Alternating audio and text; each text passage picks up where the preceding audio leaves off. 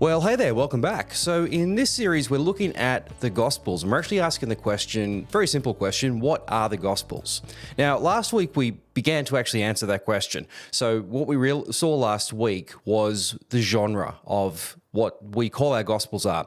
And in the sort of Greco-Roman context, what they were bioi, from the Greek word bios, which we translate simply as lives. They were the lives of, or they were in the genre of a life. And this is a very, very common genre that we find from the ancient world. And, you know, it loosely translates to be biography. But the key difference between an ancient life and a modern biography is that the modern biography is much more concerned with chronology. It's more concerned with, we're going to start from the birth, work through to the death, and we're going to be very careful to look at the details of this person's life in chronological order of how they happened. Whereas an ancient bios was much more concerned simply with the events that happened. There's no real concern for the chronological order. You know, obviously they're going to talk about the birth at the start and the death at the end, but everything in between, it's really more about the stories themselves. It's not a concern with the order of them. You know, did this happen after this, and in what year did this happen? There's far less concern with that. What the readers were more interested in is, what did this person do? What are the events of their life that made them the famous person that they still are? And so that was the priority then of what a bioi was, or a bios was, and that's what we find in the Gospels. They're anecdotal accounts and stories of the life of Jesus that have been put together in a way to tell the story about who the man was, and not so much a detailed account of exactly how his life unfolded year by year, etc. Now, one of the challenges that, or one of, I guess, the criticisms then that can be aimed against the Gospels is that they were written quite a time after the event. And actually what we noticed was that they're actually written a very short time after the end, comparative to other biographies, other accounts that we find from the ancient world. The fact that they were written within basically 40 years of Jesus' life is quite astounding. But it's still, for us today, it maybe raises some concern about their trustworthiness. You know, if we're reading a biography, you know, we would sort of want it to be much closer to their life, and, you know, maybe even ideally written in their life, maybe even in an autobiography written within their life. But the stories of Jesus are written maybe several decades after the events. And so then the question we might raise then is, how can we trust them? How can we trust the memories that have been used or drawn from in order to formulate or to gather together these stories, particularly when we consider that what we're dealing with in the ancient world is what we call an oral culture. Now, even if you aren't aware of what that is, you've got a sense that, or you realize, even as a critic, that what we have in the Gospels are memorized accounts. They're drawn from people's memories of Jesus. And the question we would naturally raise in the 21st century is how can we rely on these? How can we trust these memories? So what I want to look at this week is actually this question: how do we, what do we do with the fact that they are drawn from memories, that they are written sometime after Jesus' life? And what I want to sort of touch on as well is where we get some of these seeming contradictions. When we consider all four of the Gospels, there are differences in the accounts. There's minor differences and some larger differences between them, which have created a shadow of doubt over their reliability. You know, can we trust these things that seem to be different and maybe in some cases contradict themselves on some of the details? How can we trust these? How is this reliable if there are these differences? So I want to actually focus on that. Now, what I'm also wanting to do, what I want to do as well, is just sort of point your attention to another podcast. Now, in the first episode of this series, I pointed to a podcast by John Dixon, who's actually who's done a couple of episodes on this topic very recently, in fact. And so I pointed you to the first one I don't think it's a series, but he's just talking about the Gospels at the moment, which is just a coincidence, I guess.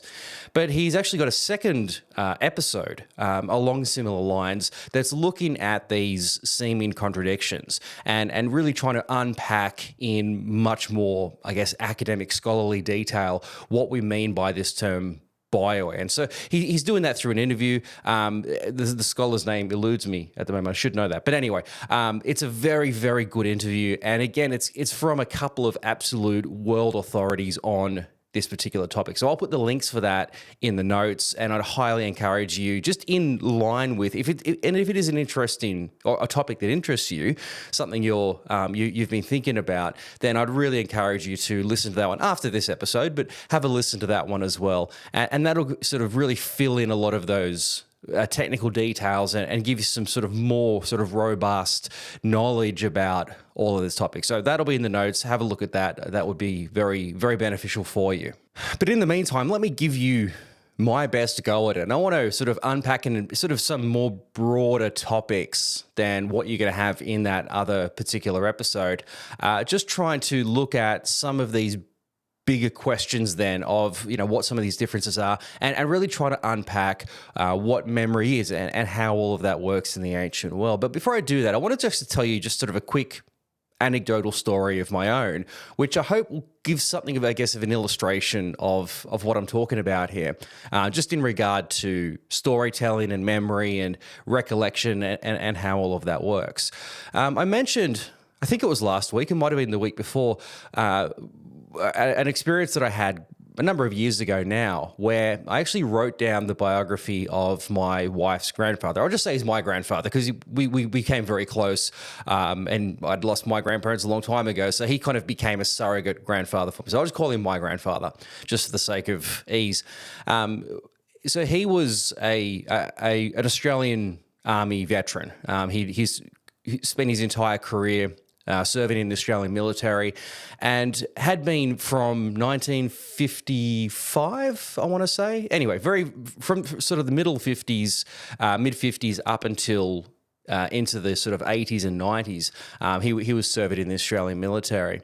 And so naturally, he had a lot of great stories. I say had because he actually passed away only a few weeks ago. Actually, it was quite sad. He was much older, and it was coming, but still sad nonetheless. So I talk about him in the past tense because of that. But his life was just a fascinating life. He grew up in a generation that is very different to the modern generation, very different to my generation and even my father's generation. He's from sort of that pre-World War II generation, grew up sort of just after the Depression, or sort of through the midst of the Depression. So very, very different life, a very different experience and one that probably most people will never understand, certainly from my generation, will never have any comprehension of. And so just in that alone was a fascinating person to talk to. But because he'd served as well, he's seen the world in a way that nobody else that hasn't served ever would or ever could possibly imagine. So he did a tour initially, the back end of the Korean War. So he was there in 1957 for the last sort of 6 months of that war.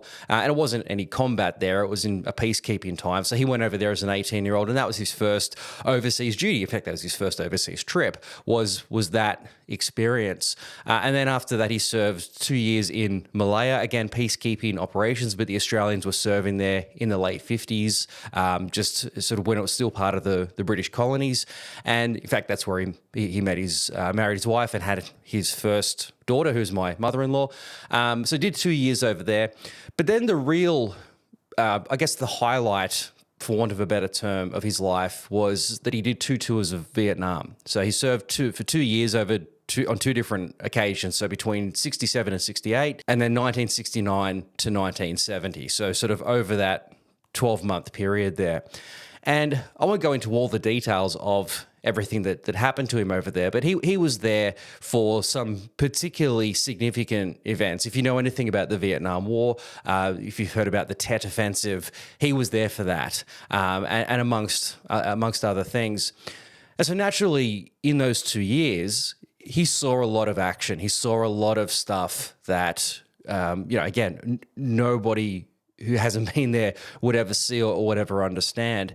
And so when he came back, and just over the course of his time in the military, he had a lot of stories to tell. He'd seen a lot of things, and there are a lot of experiences that he had that over the course of his life became anecdotal stories. They just became, just story after story that he could tell to the family and really just to anyone that would listen, because they were significant for him and they were interesting stories. He's seen these things that nobody else could ever understand, and so people wanted to know. And I know myself, I've always been interested in military history. And so for me to sit with this guy and just hear these stories was just fascinating to me for all of those reasons.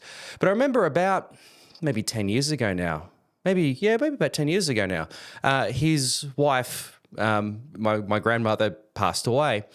And obviously just a tragic time. She's very much a loved grandmother of the family, a matriarch of the family. And so she passed away. She had a sudden heart attack and died. But I remember being at the funeral with him, and this was his lifelong partner, married her very young. It's all of those sad, terrible things. And we were at the funeral, and there's a lot of people around, a lot of military and all of this. It was all a big occasion. And I remember seeing him sitting quietly mourning, as you would expect him to be. And so I went over and just started to talk to him. And for whatever reason, I just thought, just going to talk to him about his life. Just distract him a little bit. I don't want to be that other person who's like, I'm so sorry about what's happened to Jan, and, just drag him through the emotions again, but maybe just distract him for a while. And I'm always interested in his stories anyway, and some of them I'd heard before, but I was just sort of hearing some of these accounts, tell me about your time in Vietnam, tell me about these different things that happened. And so he was just telling these stories, and we ended up just talking for at least a couple of hours. And by the time we finished, it's like, oh, the night's nearly over, and it had just been an incredible time. And just before I finished up, I just said to him, look, I actually want to write these stories down. I want to capture these stories for you, but also for the family, because again, these are stories that no one's getting to hear again. These are stories that will never happen to us again. Hopefully, will never happen to us again. And so anyway, his eyes lit up, that would be a great idea. That'd be wonderful. And so, some time went by, and, life gets in the way, and you've got these great ideas in the moment, but then the reality sets in. But eventually it sort of stuck with me. I get a lot of good ideas, and then the next day I forget about them. But the ones that stick with me, I know that they're the ones that I have to do. So anyway, this one stuck with me. And eventually we got together, and I'd never written a biography before. I had no idea what I was doing. I just knew that I needed to hear these stories and put them onto paper. And so I sat down with him. We came up, he stayed for the weekend, and I just started to talk to him and, put my phone down, hit record, and I just thought, we're going to spend this whole weekend and I'm just going to hear these stories. And I just thought all I need to do was to put out a recorder, and he would start telling the stories, and it would all just fall into place. This whole narrative of his life from the day that he was born would all just sort of emerge very seamlessly. Now, the very opposite of that happened. For his whole life, he had been telling these stories anecdotally, and the stories were all true stories. They're all real stories that happened, but he was never needing to tell these stories chronologically. There were just a whole series of stories in his memory banks that would just be brought out on any occasion that they were welcomed, on any occasion that he got to talk about them. And so he'd just gotten so used to telling these stories anecdotally in different order, without any consideration of the year that they happened. The stories that happened in Vietnam were obviously the ones that happened in Vietnam, but that was a 24-month period that he was over there, or the time that he was in Malaya. Those are different stories again. And, the basic location, the basic, and, because if it's a story from Malaya, then that took place in sort of 56 and 57, or if it happened in Vietnam, it probably either happened in 67 or 68 or 69 to 70. Like the place and the general time frame were sort of there by default, because that's where the stories took place and that's where he was at those particular times. But, did it happen in August of 67? Well, those were the things that he wasn't concerned about. They were just stories that he knew happened to him when he was in those places. So a lot of these stories started to come out, and it was getting a bit overwhelming. I was like, okay, I don't know how to tell this story. Like the OCD in me just kicked in, and so I just said, okay, we'll back it up a bit. Okay, we just need to let's just go back to the beginning and let's start from when you were born. And just see if we can create something of a narrative. Because for me and for the family that I knew that was going to read this book, they didn't want just a series of anecdotes. They wanted the story. They wanted to know who their grandfather or who their father was, or their great-grandfather, as in the case of my kids. They wanted to know that story. They wanted to know who this man was and to talk about his life as it happened to him as best as possible. And so we began that story, how he met Jan, how he, in the case of my wife, how he met her grandmother and all of these things. So I wanted to hear that story and try to tell that story as faithfully as I could. And so that made things much harder, of course, but it started to create something of a structure and give a little bit more of a context to these stories, which is, again, what we wanted. But if I was writing this in the first century, of course, none of that would be a concern. It would be just tell me the stories, I'll write them down, and I'll make the story out of them later on. But anyway, so I guess the one story that really stands out to me, and I can tell you 100. I mean, you can read the book yourself, but one particular story that he tells really stood out to me, because I think, and it becomes a really good illustration for what we're getting into here today in this particular episode. If you're wondering where this story is going, there is a point that's come into this, I promise. So there's one particular story that took place, and it was during his, I want to say, second tour. Anyway, I'm forgetting the detail. It was during one of his tours in Vietnam. That's for absolute certain. And what happened was when he was serving in Vietnam, he was an advisor, a military advisor on behalf of the Australian Army to the South Vietnamese. So he never actually served with the regular Australian Army. He served actually with the South Vietnamese Army. And so he acted as an advisor to one of their companies, to that army. And what was happening this particular day, the way that the Vietnam War took place was that you went out on patrols, 30 days at a time. You would patrol the region or a particular area, and then you come back for 7 days, and then you go back out and patrol again. So it was just a rotation like that. And so this particular time they were out patrolling. Now, go on, it's everywhere you go around there, it's going to be in the jungle or it's going to be in rice paddies. So exactly where it was, it's impossible to say. It was in amongst the many bushes and jungles that you're going to find around South Vietnam. But anyway, so he's out on this particular patrol, and what was happening was that they come to a river and they needed to find a way to cross it. And there was no bridge there, and so they were waiting for the engineers to come out to discuss how they can create some sort of way to cross this. Well, anyway, while they're waiting, while all of that's happening, the rest of the company were taking a break. There's nothing else to do, and so they took a break. Now, what happened was during that break was that one of the privates or corporals or one of the members of the company walked over to a tree. Maybe it might have been a fruit tree that just said, "Oh, I'm going to go and pick that piece of fruit because it's there." Well, the next thing everybody knows is there's an explosion. Now, what had happened was that it had been booby-trapped. There'd been an explosive that had been set up near that tree, and this particular soldier had detonated it, and it blew up. It was a large explosion. Now, what happened, as you would expect in that situation, is that everybody in the vicinity of that immediate explosion, within sort of a few meter radius, is immediately killed, evaporated. The guy that was at the center of it, they found a few pieces of his body and his helmet. Basically, the rest of it was just vanished.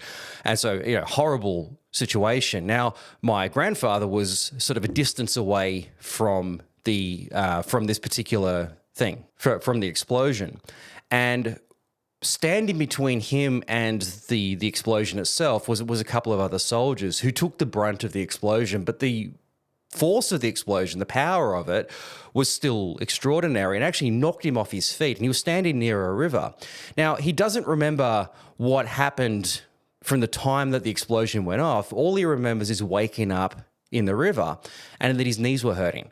And he didn't know what happened. I mean, you could imagine everyone's trying to piece together this story. And so as they came to realize what had happened, he realized that the person behind him had actually taken the rest of the brunt of the explosion. That person had died and had in fact saved my grandfather's life. But again, all he really sort of recalled was that he'd woken up in the river and that he had really, really sore knees. Now, much later on in life, he actually needed to get both of those knees replaced. And so for the rest of his life, he had two big scars on his knees that reminded him every time he looked down at his knees of that day, what happened with that explosion.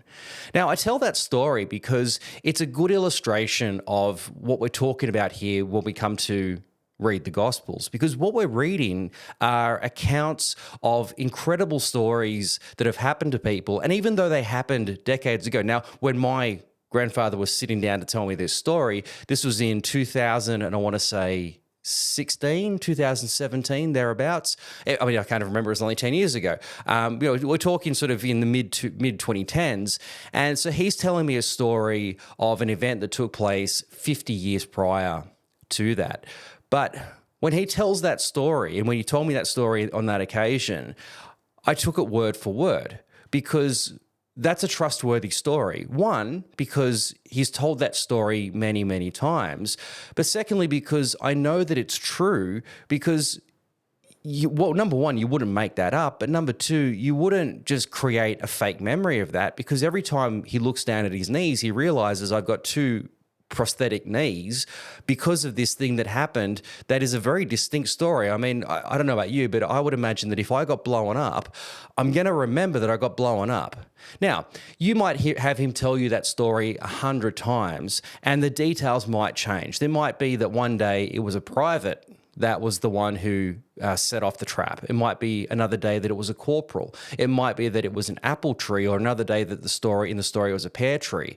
It might be that maybe there wasn't a fruit tree. Maybe it was just that he wanted to go and sit under an art tree, and those minor details of the story would probably change and would understandably change, because when you've got 60, 70 years of memories from every day stored up in your mind, you're going to blank on, or you're going to have a little bit of a blurry edge around some of the finer details of the story, but details that are actually of no consequence. What is true about that story every time that he told it was that a booby trap was set off. Now, was it, I don't know what the measurements are, but say maybe a 100-pound explosion or a 200-pound explosion, whatever the size of the explosion, maybe they didn't even figure it out. Maybe they just took a guess, and maybe one person at the time guessed it was 100, another one guessed it was 200, and both of those accounts were told and were retold differently.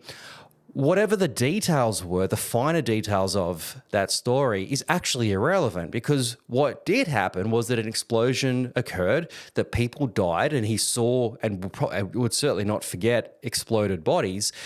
And what did happen was that he was thrown forward, that his knees were broken, and that his knees were eventually replaced.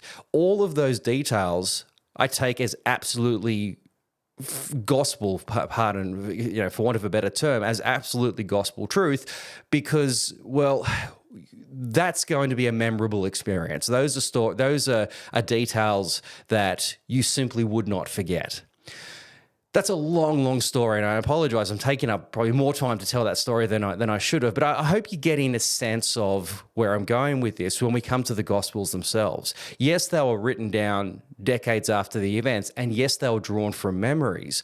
But when you consider the stories that they're telling, these are pretty remarkable stories that happen to a lot of people. A lot of people experience these stories at the same time and can all tell you the same story with the same details. And even though some people might remember details differently to others, and what we're going to see later on is that we're going to see some of those differences come through in the different accounts, what they all share in common is the core of the details.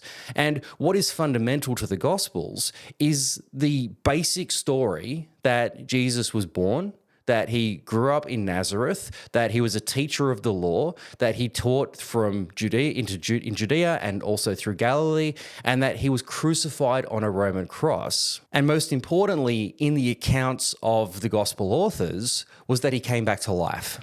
Those fundamental details are not just common and explicitly common in each of the four Gospels, but these are the accounts that were being told by everybody at the time. We saw the example last week where Paul passes on to the Corinthians as of first importance. Even before the Gospels were ever written down, those fundamental details of the Gospel, they do not change. Now, there are minor differences in the Gospels again, and we'll see the reasons for that, but at the same time, the fundamental details absolutely do not change. And so this is, well, why for me the Gospels are trustworthy accounts of the life of Jesus. Now you might say, well, they're biased. Well, yes, they are. We've already established that. And again, we'll see the reasons why that was. But in terms of the four accounts side by side, differences notwithstanding, these are, to me, reliable accounts of the life of Jesus. All right, so with all of that said, let's have a look then, a closer look, first of all, at the Gospels, but also within the context of the time that they were written. So the first thing to recognize, and I've already mentioned this, is that when we look at the first century, when we look at the ancient world, in fact, what we're talking about is an oral culture. Now, what that means is that we're talking about a world that relies on memory. Now the biggest thing that we need to keep in mind is that when we think as people in the 21st century, we think as people who simply don't rely on our memories anymore.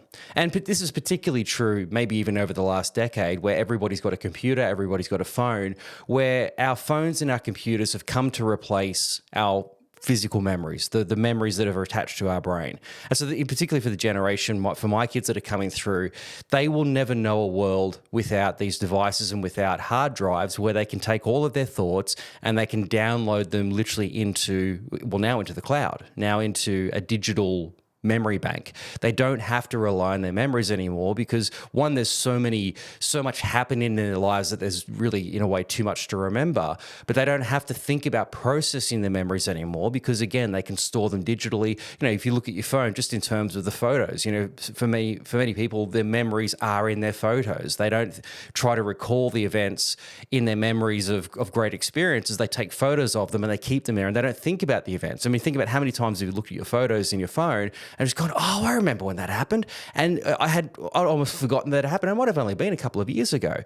But this incredible event that's only stored in the form of a photo. So you get my point. As 21st century people, it's almost impossible for us to conceive of an oral culture, one that is reliant on memory. And when we hear about it, because we don't use our memories anymore, certainly not in any significant way, we feel a bit skeptical. We think maybe a bit cynically that, well, we don't know how to use our memories, and so how would they possibly know how to use theirs? But that's one of the key faults that we have when we come into trying to understand the Gospels, and what that is going to naturally raise is that cynicism that says, well, how can we trust these because memory is not trustworthy? Well, here's a key point of difference that we need to recognize when we look at this first century is that this is a world that is utterly reliant on memory and had been for all of time before that. Now, the reason why they have to be reliant on memory is because, well, for most of human history, there is no writing system. Even in the time of the first century, it's still a relatively recent phenomenon in the scale of human history. A writing system is still relatively new. And when the writing system was sort of brought in sort of during the Assyrian time, it was only used for keeping accounts of trade. It wasn't used for writing down stories because we're training our memories to recall all of those stories. Think about modern Indigenous cultures. Think about in the Australian Indigenous culture, which is still, they hold on to these traditions. They hold on to these stories, these tales that go back to the beginning of time and go back as far as their people and the history of their people go. And they pass on these stories over fireplaces and on journeys. They recall these stories to the next generation and have them memorize the stories and pass it on to the next generations. We still see that at work today in these Indigenous cultures. And what those Indigenous cultures are is a modern, in the modern world, are a continuation of these cultures that go right back to the Stone Age. They go right back to the earliest forms of human societies. What's changed in the West is technology. What's changed is writing systems and account keeping, computers and all of these things. But those traditional cultures don't that never really embraced that still work within this oral tradition. So really, in many ways, when we look at our modern Indigenous societies, that is a really good picture of what the first century world was. We think about the first century world of Paul and Jesus as being, they feel modern to us in some ways, but they really weren't. They were these oral cultures. And so you use in your memory because that's what you've always done, but you're also doing it because most people can't read and write. Yes, they have reading and writing, and we have the writings from these times. Yes, that's absolutely true, but you have to remember that most people couldn't read those works. All of the written works that we have, even to some extent, the Gospels, and the fact that they were read by the church is another story. We'll come to that in our next series. But what we find even in the written accounts of people like Julius Caesar, most people couldn't have read those stories. They simply weren't educated to be able to read and write. And so they heard those stories told verbally. So even though those stories are written down, they would have been transmitted through orality. They would have been transmitted through speech. And so in that case, even where we do find examples of writing, that wasn't a universal thing. That really was just the exclusive domain of the elite. But even those elite people, the people that these stories were written by and written to, even those guys didn't sit down and read the stories. They wanted to have them read to them. They wanted to hear them verbally spoken. This was an oral culture. They wanted to hear the stories rather than to sit and read them, because that's going to help to create, I guess, the environment for this thing to sink into their memories. So memory is a very important thing in the same way that we're going to train our children to use computers and to process their thinking and their memories through computers.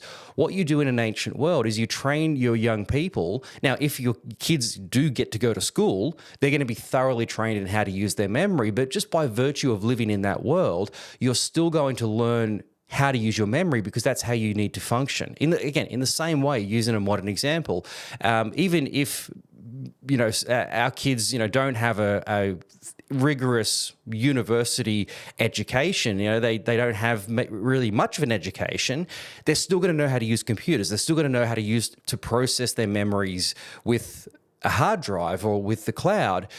Even in the ancient world, the way that world requires you to work, you will train your memory. And so you will, by default, you will learn how to use that memory, because that's the way that information is transferred within this particular society. So memory was something you prioritized, the training of your memory and the use of your memory, because you know that you can't write it down, because you know that you're going to have to be able to recall that information later on. You intentionally use your memory, you intentionally exercise it like the muscle that it is. You do it that way so that you can be effective. Even if you don't know how to read, you can still be effective, because, well, I can't read it, so I can't have an account of it later on. So if someone tells me the story, I have to remember it and bury it in my memory for recall, because this might be the only time I get to hear it. So memory is something you are constantly using all the time. And if you are educated, you're going to be much more rigorously trained in the way that you do that. Again, in the same way that a more educated person of this generation will have a more thorough knowledge of how a computer works. But even at a basic level, anybody can pick up a phone and dump their memories onto that. It's the same as true in the ancient world. You're going to train your memories. And what we find when we look at the educational manuals, which we have a couple of from this period, what we find are actually memory training exercises that were used to train young men who are going to go on to become politicians and orators. They're trained. They're exercises in order to train their memories. And what's so fascinating, actually, is that these exercises that they developed thousands of years ago, even before the first century, exercises they were using to train their memory are still exercises that are being used today by, and if you Google this, look it up on YouTube, these memory competitions, something to that effect. So that, competitions you'll find in today's world where it'll be, tests of recall, for example. I'm going to show you 100 cards and you have to recite them back to me in order or something like that. You'll see these incredible exercises or incredible competitions where people have to use their memory, have to demonstrate how good their memory is. So the exercises that these people are using in the modern world are exercises that have been developed thousands of years ago in Paul's time. So, I mean, one fun one that always comes to mind for me is it's called the Memory Palace. Now, you might have heard of this before, but it's a really cool exercise. So what you're doing when you're training a young man to become a politician, you're training him to be an orator, you're training him to be a public speaker. And what that means then is that you're standing up in front of a crowd and you're speaking publicly, of course, as what a public speaker is. But a good speaker is somebody that doesn't use notes. Right. I mean, and think about today, the best speakers are the ones who they might have, you see speakers with a teleprompter in front of them, but the idea is that they need to be able to speak freely. They need to be able to speak very naturally, very fluently. And if you're reading off a script, if you're reading from, in their case, a piece of papyrus in front of them, it's not engaging. They might be able to read very energetically, but it's still not the same thing because there's no gestures, there's no life to it. If only because they're having to hold this big, heavy scroll, it's not going to be as effective as what a speech ought to be. And so the best way to give a speech then is to be able to do it freely, to be able to speak from memory, to have a speech memorized, but then to speak it in a way that is where you can still engage with the audience as well. So what they needed to know how to do was to be able to write out a speech, because you don't want to just get up and just speak off the cuff. Now, if you're really good, you can do that, speak extempore, but you want to make sure, particularly when you're speaking in a law court or if it's an important political speech, you want to make sure you get the details right. And so again, you'll see a modern politician will speak off a pre-written speech on a teleprompter because you don't want to go off script and say something stupid. So you've got to be careful that you say the correct words, but in their case, they wanted to be able to do it in a way that didn't require them to actually have to read the words word for word. So what they would be trained to do then is to write out the whole speech and make it, structure it perfectly within a certain time and, just to make sure that they're saying exactly what they want to say. But then they have to commit it to memory. They have to be able to speak, and these speeches can go for an hour, 2 hours. So these are long speeches, so a lot of words that they have to remember. But what they would have to do is to memorize it so that when they do get up, and now the other thing too, just as a little sidetrack here, when these guys were giving speeches, it wasn't just standing up in front of a crowd and speaking maybe with just a few hand gestures. This was a whole performance. When you train somebody in oratory, you're training them to be a public speaker. And again, think about this too when we think about Paul and Jesus, who are both public speakers as well, the expectation placed on them as public speakers, and particularly when Jesus is preaching sermons and giving, doing speeches in front of crowds. He was a really engaging speaker. He was a really obviously interesting speaker, if only because thousands upon thousands of people would come out to listen to him. So there was clearly something about this guy, and what we would suspect is that he was very good at memorizing what he was going to say and then presented it in such a way that was engaging. So it was a full performance. But anyway, so you want to write this speech out, make sure it's all correct, and then you need to memorize it. So the way that you would do this then is that you would set up what is called this memory palace.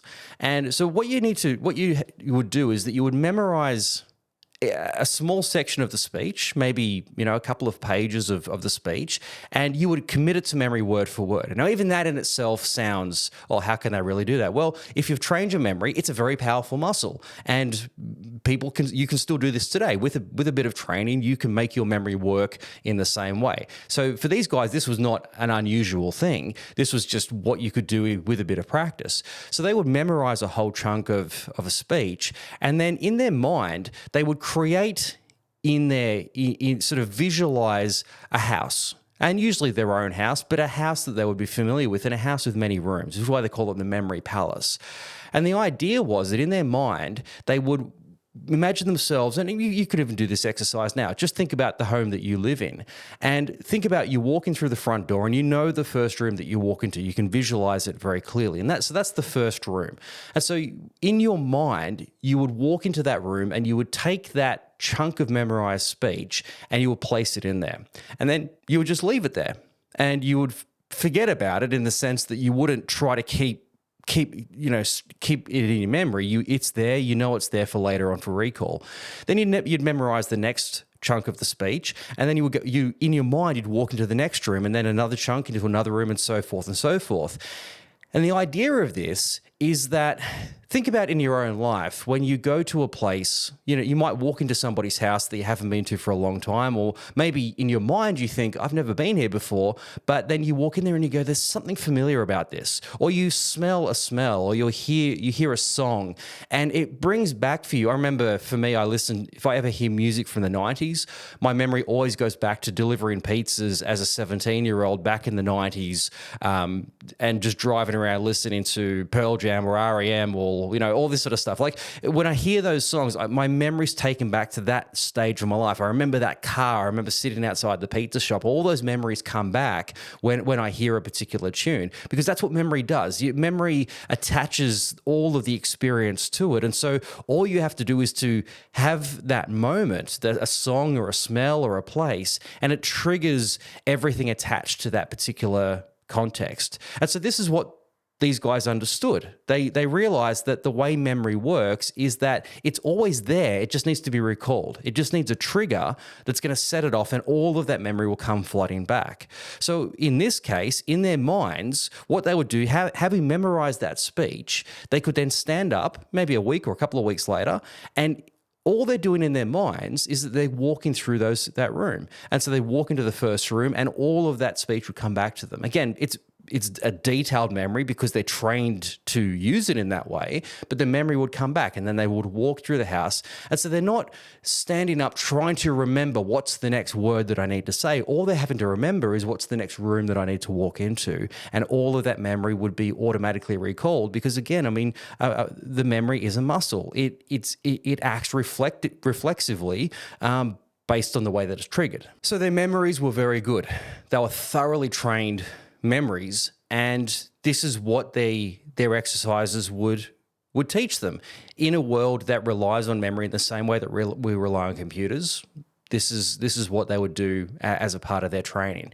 Now, there's a really great little snippet, a little sort of writing here from a guy by the name of Seneca, and he's a very elite, very highly educated senator of Rome, and he's writing to his young boys who are future politicians themselves. So Seneca, in fact, his son Seneca the Younger, is a contemporary of Paul. In fact, Gallio, who Paul stands in front of in Corinth when Paul's in Corinth in Acts 18, that Gallio is actually the brother, so actually the son of this particular Seneca that we're hearing from. Yeah, it's beside the point. But he's writing to his boys about oratory. He's training them to be public speakers, and what he's doing is sort of giving them a lot of sort of anecdotes and a lot of pieces of just helpful information that they can use in their own speeches when they themselves become orators. But he opens up. Now, he's an old man at this stage, and old in the ancient world is like in his 60s, but he's getting old, and he's sort of passing on his life of wisdom to the boys. And so he opens up these accounts with something of an apology. It's him sort of saying, look, I've spent a lifetime memorizing all of these things, but my memory's not what it used to be.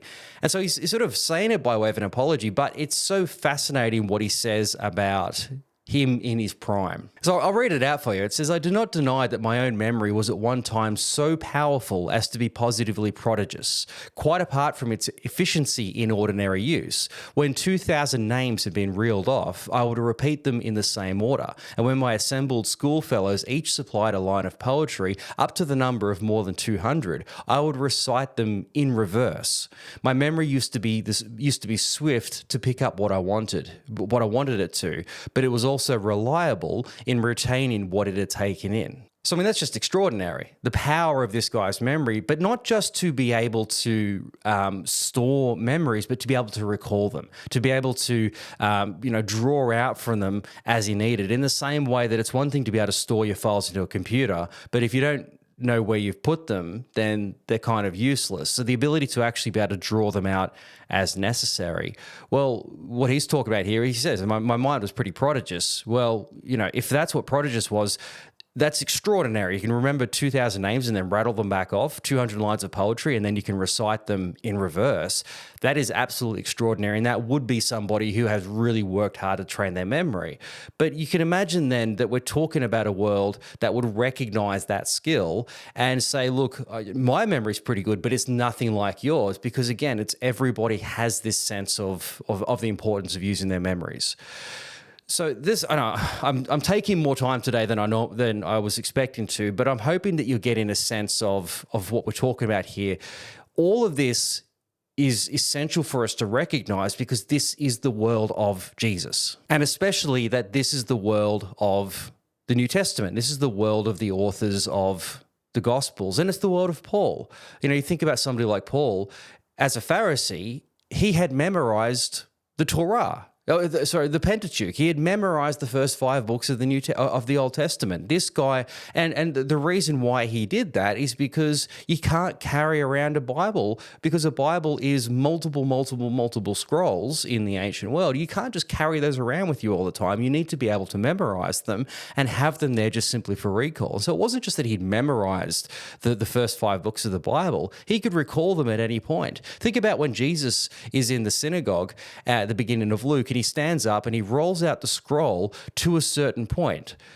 To a certain point in the scroll. What do you mean by that? Well, because you don't have chapters and verses, right? You've just got a scroll with lines and lines and lines of letters. There's not even any spaces between the words. It's just lines and lines that of script, in this case, the script of Isaiah, which would have been a very long scroll.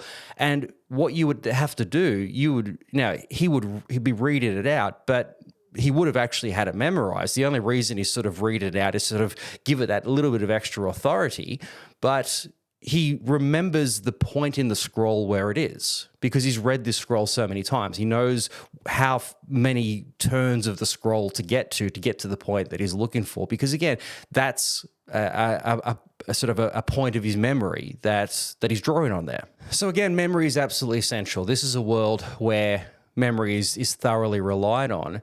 And so we have to, we're going to sort of finish up this week and sort of go next week a bit more into detail about some of the other issues around the Gospels, but only to say that when we read our Gospels and we recognize that they're written from memory, they're written from the memories of people who are highly skilled in using their memories. Even a person who's never been to school knows how to use their memory very well. What we're going to get from guys like Luke are people who've got very well-trained memories. And what we're going to see next week is the way that these memories were being preserved. These are very well-preserved, very protected memories. They're memorized in a way that the memories themselves are like precious jewels. They're not just treated glibly and it's like, I've just got a vague memory of something Jesus said. No, these are very well memorized, very well preserved traditions that have been memorized and been passed on very strictly and then eventually finding their way into our Gospels. So then that's something of the context, something of the setting of where we're going with all of this. Again, to reiterate, this is an oral culture, and we have to understand how that world is, what that world is. And so that's something of an explanation of what that was. And again, even though we don't understand it, that's our problem. That's something we have to get over, and we have to step back into their shoes and understand that world to be able to recognize and to, I think, respect the way that this world works, to respect that for them, memory is a powerful thing, something they use all the time, and something that is reliable. It's these aren't just stories that have been made up or stories that have been sort of, Chinese whisper changed over the generations. No, these are very well-preserved memories in a culture that would expect stories to be memorized very well, very, very accurately. And that's exactly what we find in the Gospels.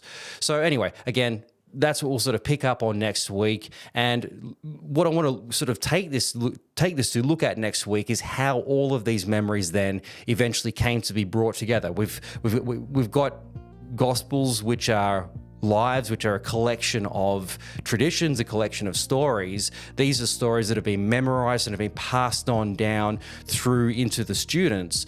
Well, how did all of that come together? And especially, how did that sort of lead to some of these seeming changes, these seeming contradictions, but even despite those, why is it that we can rely on them? How is it that we can rely on them? And what are they? How do they come together? All of that is what we'll absolutely look at next week. But for now, thank you for being here. I hope you have a fantastic week, and I look forward to seeing you next week. All the best.